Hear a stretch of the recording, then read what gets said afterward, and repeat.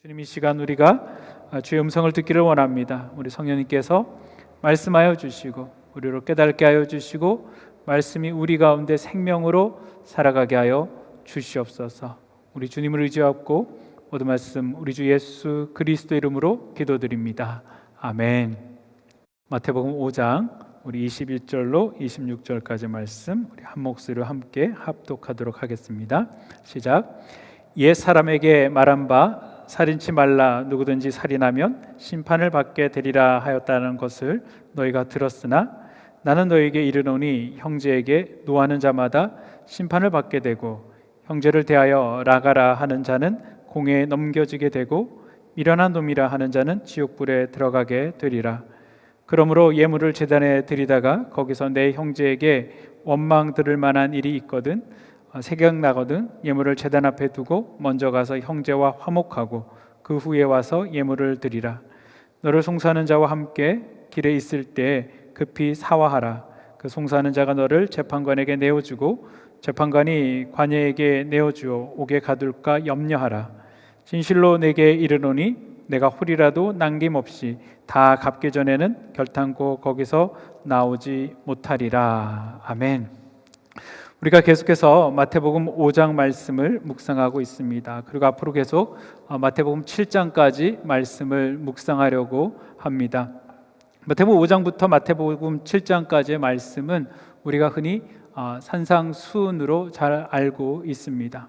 산상수훈을 듣게 되어지면 제일 먼저 우리 가운데 생각되어지는 것들은 팔복과 관련되어 있는 그런 것들이죠. 우리가 모두가 복을 사모하게 되어지니까요. 하지만 우리가 5장부터 7장 사이에 산상수훈을 통하여서 정말 예수 그리스도께서 우리 가운데 하기를 원하시는 말씀은 물론 복에 관련된 이야기도 있지만 그 이후의 삶이 아닌가 생각되어집니다. 복을 받은 우리들, 하나님의 자녀, 천국 백성으로서 이 땅 가운데 어떻게 살아가야지 되는지 구체적인 삶의 기준들을 예수 그리스도는 우리 가운데 말씀하고 계시다라는 것이죠. 그 첫 번째 말씀의 원리들, 삶의 원리들은 빛과 소금으로 이 땅 가운데 살아가야지 된다라고 말씀을 드렸습니다. 빛과 소금의 삶은 다른 위대한 삶이 아니고요, 착한 행실을 가지고 모습들을 사람들에게 나타내며 하나님 앞에 영광을 나타내라라고 말씀하고 계십니다. 우리가 복음을 나타낼 때 복음은 단순히 말로만 전달되어지는 것이 아닙니다. 우리가 구두로 복음을 전달을 하지만 무엇보다도 말과 함께 우리의 삶이 그 복음과 합당한 삶을 살아가야지 된다라고 예수 그리스도께서는 말씀을 하고 계시는 것들이죠. 특별히 우리가 복음을 증거할 때 가장 어려운 대상이 누굴까? 우리 가까운 상대 중에서는요, 가족이 아닌가 생각이 되어집니다. 우리가 어릴 때부터 다 믿는 가족이면은 참 행복하지만 먼저 믿음의 1세대가 되어서 복음을 영접하고 그 복음의 감격들로 인하여서 가족들에게 복음을 증거할 때 많은 가족들이 그 복음을 쉽게 받아들이지를 않습니다. 여러분, 그것은 복음이 잘못되어서가 아닙니다. 복음이 능력이 없어서가 아니죠. 복음은 동일한 복음입니다. 하지만 우리가 가족들에게 복음을 증거하기를 힘들어하는 이유는 무엇입니까? 내가 말씀대로 살지 못하기 때문에, 그 삶을 가족이 너무나도 잘 알기 때문에 담대히 복음을 증거하지 못하는 것들이죠. 제가 아는 한 형제가 있습니다. 이 형제의 삶은 참 안 좋은 삶을 살았습니다. 이 안 좋은 삶을 사는 것들은 혼자만의 안 좋은 시간들이 아니고요, 가족 전체가 형제로 인하여서 힘든 시간들을 보내게 되어졌습니다.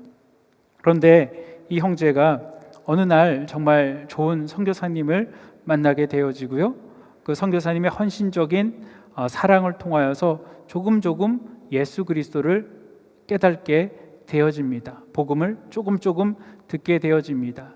이 형제의 마음속에는 어떻게 이 선교사님이 나 같은 사람을 이렇게 조건 없이 사랑해 줄까라는 것이죠. 그 사랑을 들으면서 그 사랑이 예수 그리스도께로부터 왔다라는 것을 발견하게 되어집니다. 그러면서 형제는 이 예수님이 누굴까라는 궁금증을 가지게 되어지고요. 복음에 대해서 관심을 가지게 되어지고요. 복음을 조금씩 듣고 그 복음을 받아들이기로 결정을 합니다.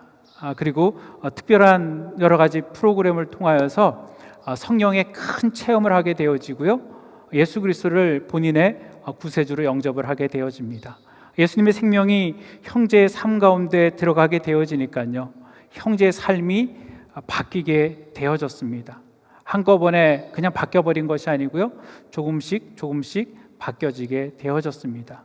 그리고 형제의 마음속에서는 그 복음에 대한 감격들이 차고 넘치고요, 그 복음을 증거해야 되겠다라는 갈급함이 생기게 되어집니다. 그리고 그 복음을 가장 가까운 가족에게 전하게 되어지죠. 처음에 가족들은 긴가민가 했습니다. 그래서 형제를 살짝 건드려도 보았습니다. 정말 이 사람이 변화되어진 것일까? 그런데 건드려 보아도 변화되어지지 않고 동일한 그런 좋은 삶을 사는 것들을 통하여서 정말 하나님이라는 분이 계신가 보다, 이 형제가 이렇게 변화되어졌다라면은 그분이 실존하시는 하나님이신가 보다라고 깨닫게 되어지고 가족 전체가 형제를 인하여서 구원을 얻게 되어졌다라는 얘기가 있습니다. 여러분, 말로만 전하는 것들이 아니죠. 삶을 통하여서 증거되어지게 되는 것입니다. 그렇기 때문에 예수 그리스도는 믿는 제자들을 향하여서 세상에 내보내실 때 너희 행위가 그런 삶을 살아야지 된다라고 말씀하고 계신 것입니다.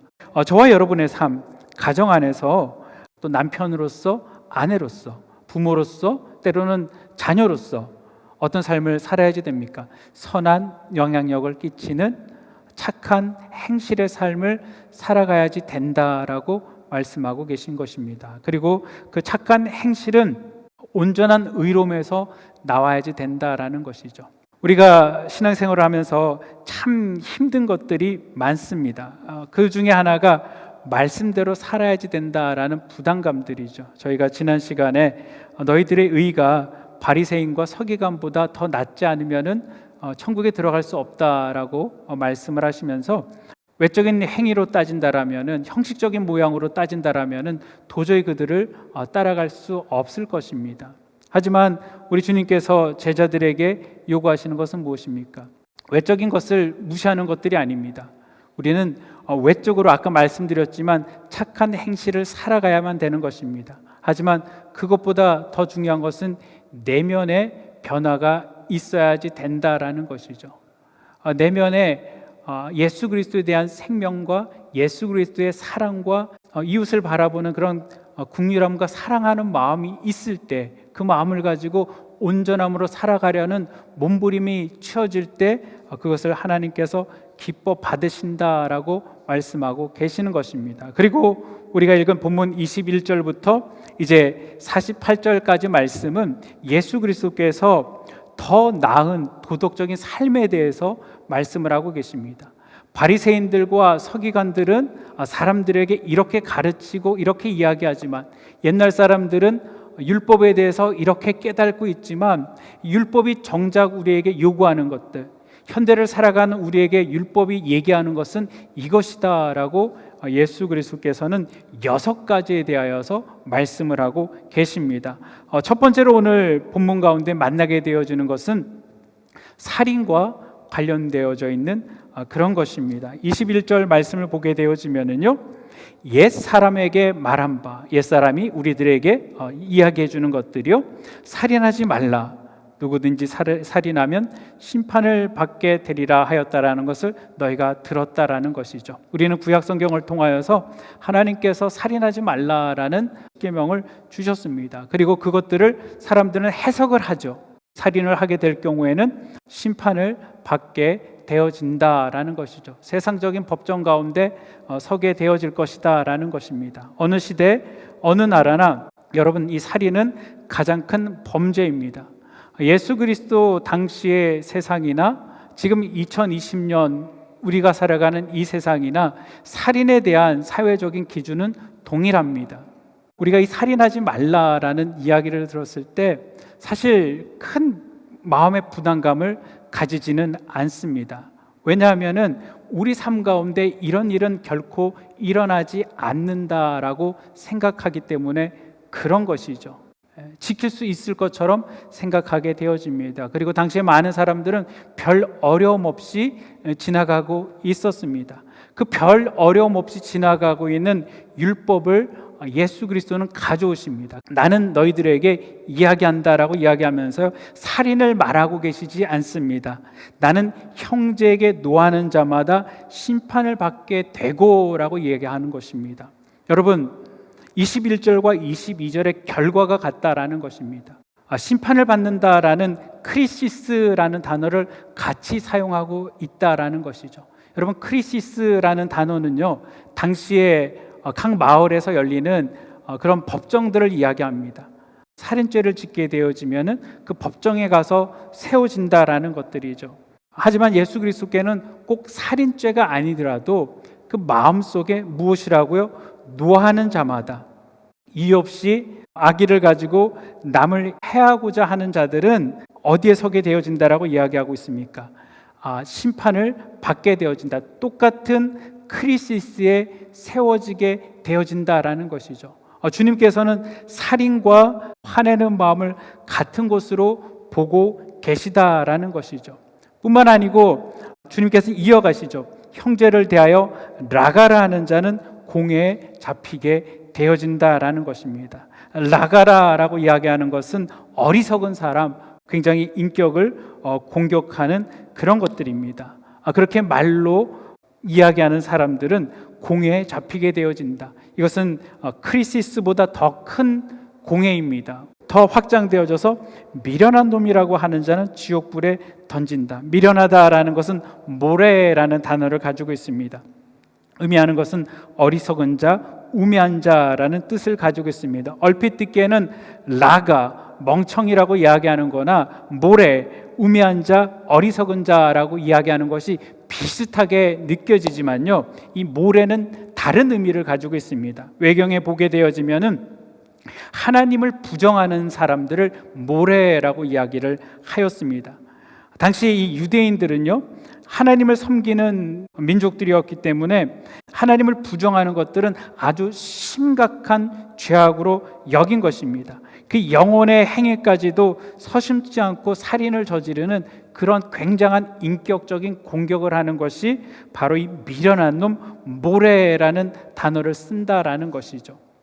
그렇게 사람에 대하여서 공격하는 자들은 지옥불에 들어갈 것이다 라고 말씀하고 있는 것입니다.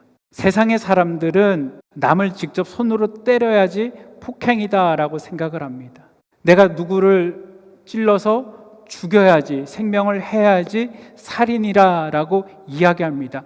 그러지 않고서는 어떤 심판을 처해지지 않는다라고 생각을 합니다. 하지만 우리 예수 그리스도께서는 그 마음 속에서 미워하는 마음을 가지고 상대방을 향하여서 심한 말을 하고 경멸하는 그런 이야기를 하는 것 자체가 바로 살인이다라는 것이죠. 언어적인 살인도 살인이다라고 이야기하고 있는 것입니다. 우리가 매스컴을 통하여서 가끔 가다가 슬픈 소식을 접할 때가 있습니다. 굉장히 유명한 연예인들이 어느 날 자살을 했다라는 그런 이야기들입니다. 그들이 자살한 이야기를 들여다보면은 우울증을 많이 앓았다라고 이야기합니다. 그리고 그들이 우울증을 겪게 된 것들은 사람들이 무심코 기록한 그런 댓글들, 자신을 비방하고 자신을 공격하는 그런 이야기를 계속 보면서요, 심령이 너무나도 상하게 되어지는 것들이죠. 그리고 상한 심령들을 해결하지 못하며 자신도 모르게 자신의 생명을 그냥 스스로 끊어버리는 그런 죄악 가운데 빠지게 되어지는 오를 우리는 듣게 되어지는 것입니다.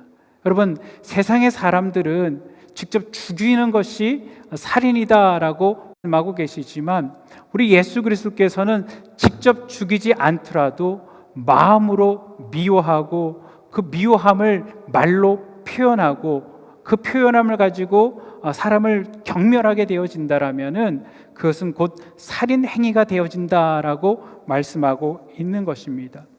그리고 그 모습들을 해결하지 않을 경우에 어떻게 되어진다라는 두 가지 예화를 말씀하고 있는 것입니다. 우리들은 서로 미워하는 것들은 큰 죄가 되어지지 않고 세상 사람들 다 미워하는 마음 가지고 세상 사람들 다 증오하며 살아가는데 이것이 무슨 죄가 되어질 수 있겠느냐라고 생각하지만 성경은 그렇지 않다라는 것이죠. 하나님은 그렇지 않다라고 분명하게 말씀하고 계시는 것입니다. 23절에 말씀하시죠. 그런 것들이 죄악이기 때문에 예물을 제단에 드리다가 거기서 형제들에게 원망들을 일이 있는 줄 생각나거든 예물을 제단 앞에 두고 먼저 가서 형제와 화목하고 그 후에 와서 예물을 드리라라고 이야기하고 있는 것입니다. 여러분, 예물을 제단에 드린다라는 것들을 많은 제사들이 있겠지만 저는 말씀을 묵상하면서 번제를 떠오르게 되어집니다. 이스라엘 백성들은 하나님 앞에 죄를 짓게 될 경우에는 동물을 잡아다가 그 자신의 죄의 문제를 해결하는 것들이죠. 그런데 그 번제를 드릴 때 거기서 무엇이 생각나게 되어집니까? 형제에게 원망 들을 만한 일이 생각났다라는 것이죠. 여러분, 생각남이 은혜인 줄 믿으시기를 바랍니다. 어떤 사람들은 참 사람의 마음을 아프게 하고요, 사람의 마음을 난도질을 해놓고 전혀 죄의식을 느끼지 못하는 사람들이 있습니다.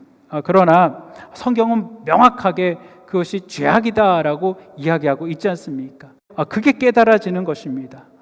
내가 정말 남에게 어떤 말로 잘못을 했던, 아니면 남에게 내가 행동으로 잘못을 하게 했던, 그것이 하나님 앞에 나와 예배를 드리는데 걸리는 것들이에요. 그랬을 때 사람들은 그냥 신경 안 쓰고 예배를 드립니다. 당시에는 관계가 문제가 있다고 해서 하나님 앞에 예배 드리는 것이 전혀 방해되지 않는다라고 그들은 생활을 했습니다. 그리고 그렇게 예배를 드렸습니다. 하지만 하나님은 먼저 해야지 될 것이 있다라는 것이죠. 그 먼저 해야 될 것이 무엇입니까? 형제와 화목하라라는 것이죠. 가서 함께 친근하게 사랑으로 회복하라라고 말씀하고 있는 것입니다. 예배보다 더 먼저 우선해야지 되는 것이 무엇이라고 말씀하고 계십니까?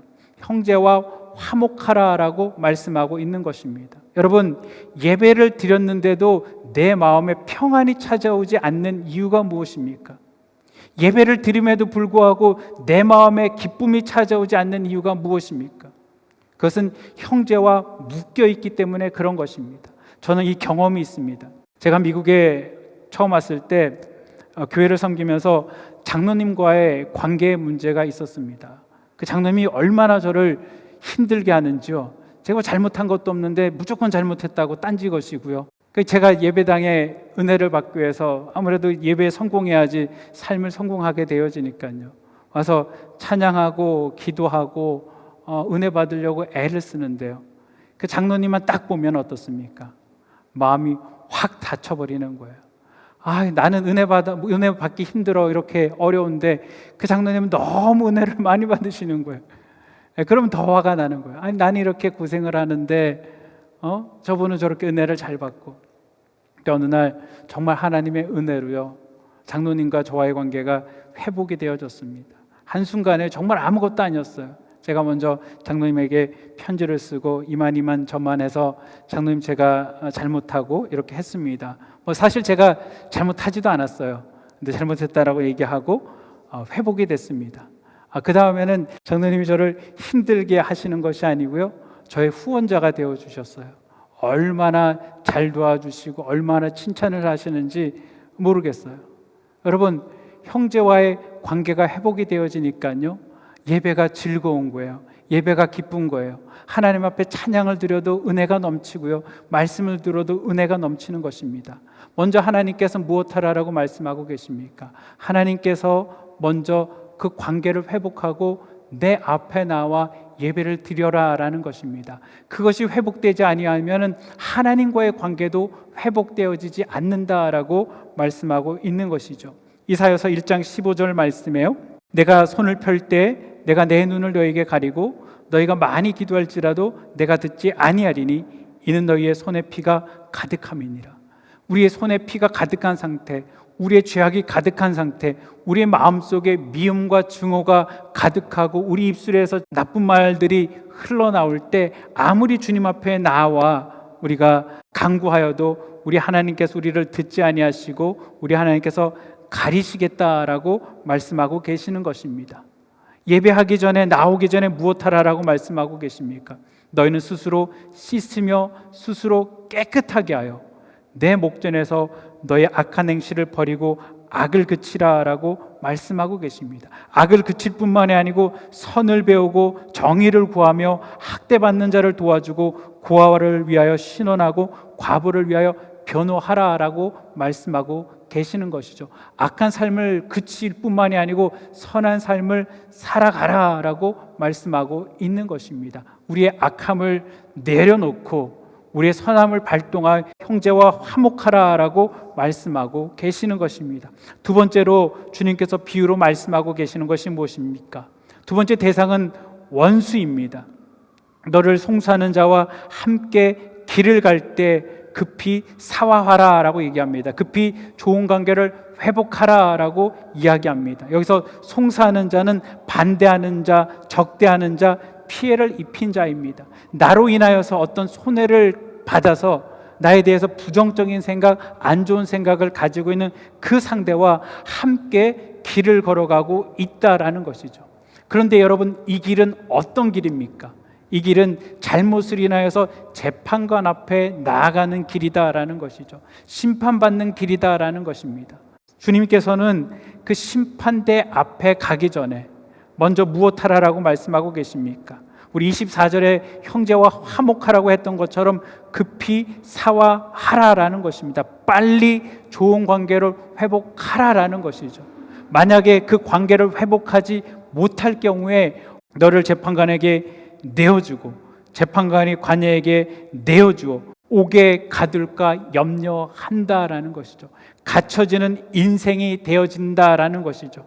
그리고 진실로 진실로 너에게 이르노니 내가 홀이라도 남김없이 다 갚기 전에는 결단코 거기서 나오지 못하리라라고 말씀하고 계십니다. 여기서 홀이라라고 얘기하는 것은 당시 로마의 가장 작은 그 동전의 단위를 이야기합니다. 그것까지 다 갚을 때까지 감옥에서 나오지 못한다라는 것은, 여러분, 내가 밖에 있을 때 갚지 못했는데 어떻게 감옥에 들어가서 갚을 수 있겠습니까?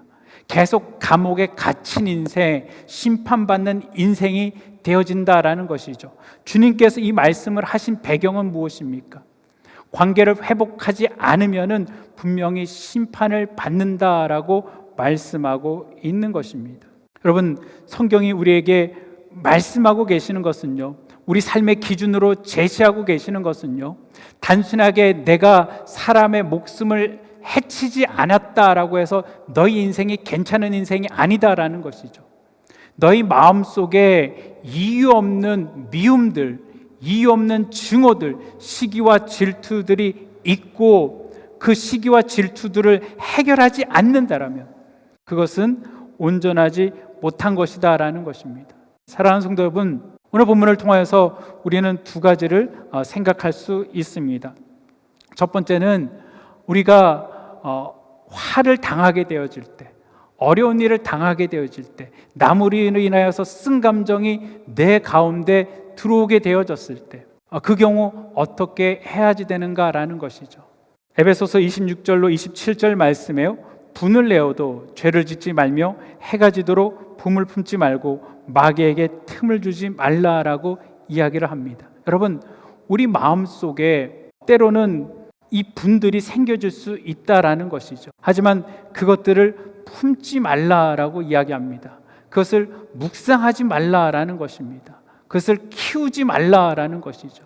그것을 내버려둬서 그것이 내 입술에서 나가라라고 얘기하고 내 입술에서 미련한 놈이라라고 이야기하게 되어지면은 이것은 심각한 범죄 가운데 빠질 수 있다라는 것이죠. 그것을 통해서 마귀에게 틈을 주지 말라라고 말씀하고 있는 것입니다. 이것은 무엇입니까? 우리가 하나님 앞에 나와 그것들을 쏟아내야지 된다라는 것입니다. 우리 안의 감정은요, 시간이 지난다라고 없어지는 감정이 아닙니다. 우리 안의 감정은 쏟아내야지 되는 감정입니다. 우리가 흔히 이제 상담 치유 사역을 이야기하면서 내 안에 쓰레기들을 많이 이야기합니다. 여러분, 안 좋은 감정들이 자꾸 쌓이게 되어지면은요, 그것이 가만히 있을 때는 어떻습니까? 여러분, 우리가 설거지할 때요, 설거지 꾸정물들이 너무 더럽지 않습니까? 근데 그것이 시간이 지나게 되어지면은 지저분한 것들이 밑에 가라앉게 되어집니다. 그리고 그 위에는 맑은 물이 살짝 보이죠. 그래서 내가 괜찮은 것처럼 느껴집니다. 그런데 그 가운데 어떤 것 하나가 딱 들어와 가지고 섞이게 되어지면은 내 속에 있는 더러운 것들이 다 올라오게 되어지는 것들이죠. 성경은 이 안 좋은 감정들을 토해내라라고 이야기합니다. 다른 데 토해내는 것이 아니고요, 하나님 앞에 직면하여 내 감정을 하나님 앞에 쏟아내는 것입니다. 그것을 가장 잘한 사람이 누구입니까? 다윗입니다. 다윗이 사울이 자신을 죽이려고 할 때마다, 아들이 자신을 죽이려고 할 때, 여러 가지 어려움 가운데 직면하게 되었을 때, 많은 사람들이 자신을 해하려고 할 때, 그는 그 감정을 가지고 하나님 앞에 나왔습니다. 그리고 그 감정을 다 하나님 앞에 쏟아냅니다. 그리고 하나님께서 주시는 새로운 감정을 그가 품고, 그를 해하려고 했던 자들을 품고 사랑하고 섬기게 되어지는 것입니다. 저와 여러분들이 살인하지 않기 위해서는요, 우리의 마음을 다스리기 위해서는요, 우리 스스로 조절하는 것이 아니고 하나님 앞에 나와 나의 아픔과 나의 힘듦들을 쏟아내야지 된다라는 것이죠. 두 번째로, 우리가 당하는 입장이 아니고요, 우리가 남을 해하게도 할 수 있다라는 것이죠. 우리가 완전한 존재들이 아니기 때문에 우리도 모르게 우리의 입술을 가지고 남에게 상처를 주고 씻을 수 없는 말에 상처를 줄 수 있다라는 것이죠. 그럴 때 어떻게 해야지 되는가라는 것입니다. 시간을 두지 말고 급히 나아가 상처를 치유하는 자가 되라라고 이야기하고 있는 것입니다. 영화 가운데 밀양이라는 영화가 있습니다. 전도연 씨가 나오는 영화이죠. 전도연 씨가 굉장히 어떤 사람에 대한 상처가 있었습니다. 그 사람이 교도소에 가서 있었는데요, 전도연 씨가 은혜를 받아서 자신이 그렇게 용서하지 못한 그 누군가를 교도소에 찾아가 용서해 줘야지 되겠다라는 말을 하기로 결정을 합니다. 굉장히 힘든 결정을 하고 찾아갑니다. 그런데 잘못을 범한 그 사람이 너무나도 평온한 거예요. 그리고 그 사람이 하는 말이 무엇입니까? 나는 이미 용서를 받았습니다. 누구에게 용서를 받았다라고 합니까? 하나님께서 이미 내 죄를 용서해 주셨다라는 것이죠. 하나님께서 용서해 주셨기 때문에 나는 누구에게도 더 이상 용서를 받을 이유가 없다라고 이야기를 합니다. 여러분, 그때 전도연 씨가 얼마나 통곡을 하는지 아십니까? 내가 당신의 죄를 용서해 주지 않았는데 누가 당신의 죄를 용서해 주냐고. 전도연 씨가 예수님을 버리고 세상으로 돌아가는 그런 스토리를 소개를 하고 있습니다. 저는 그 영화를 생각하면서, 그리고 오늘 본문을 생각하면서 정말 하나님께서 우리들에게 말씀하시는 용서는 무엇일까? 정말 우리가 하나님 앞에 용서받은 것으로 다 해결되어지는 것인가라는 질문을 던지게 되어집니다. 여러분, 그 질문에 대해서 어떤 답을 얻습니까? 정말로 내가 사람에게 어떤 잘못을 했더라도 하나님께만 용서를 받는다라면 그것이 깨끗하게 용서가 되어졌다라고 생각을 하십니다. 내가 한 잘못으로 인해서 누군가 여전히 아파하고 힘들어하고 괴로워하고 힘든 시간을 보내고 있다라면은 그 사람에게 찾아가 성경은 무엇이라고 말씀하고 계십니까? 화목하고 나서 와서 예배를 드려라라고 말씀하고 있는 것입니다. 내가 하나님 앞에 용서를 구하기 이전에 먼저 내가 상처를 준 형제에게 찾아가 용서를 구하는 것이 온전한 삶이다라고 성경은 말씀하고 있는 것입니다. 사랑하는 성도 여러분, 잘못했을 때 내가 잘못했다라고 이야기하는 것을 너무 창피하게 생각하지 마시기를 바랍니다.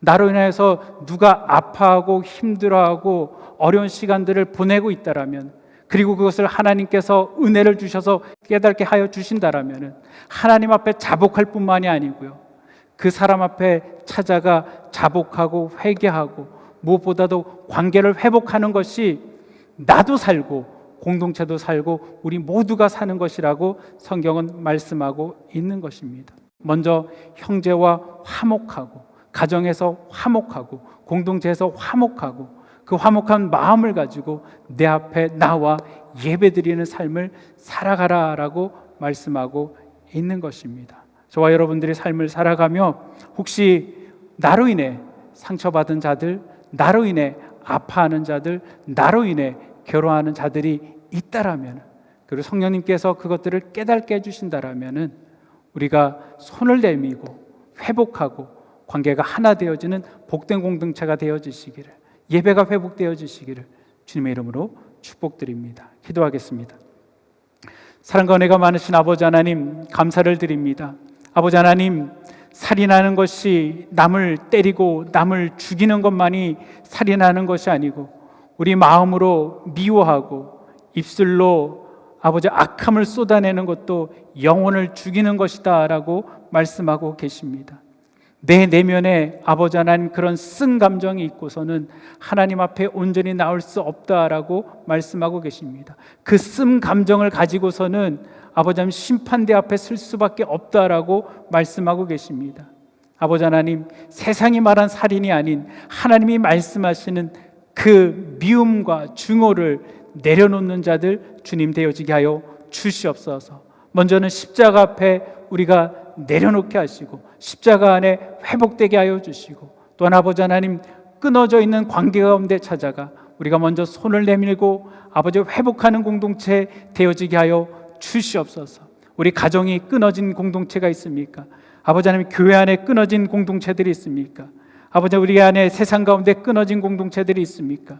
아버지 하나님, 서로 손을 내비며 아버지 하나님 참으로 잘못을 구하고 우리가 회복할 때 하나 되어짐, 그 가운데 성령을 부어주심을 우리가 깨닫게 하여 주시고, 손 내미는 자들, 아버지 먼저 용서를 구하는 자들 주님 되어지게 하여 주시옵소서. 그리하여 가정이 회복되어지고 교회가 회복되어지고 우리 세상이 회복되어지는 아버지 하나님의 영광을 보게 되어지는 기쁨들을 누리게 하여 주시옵소서. 한 주간도 우리를 살피는 삶 살게 하여 주시옵소서. 우리 주님 의지하고 모든 말씀 우리 주 예수 그리스도 이름으로 기도드립니다.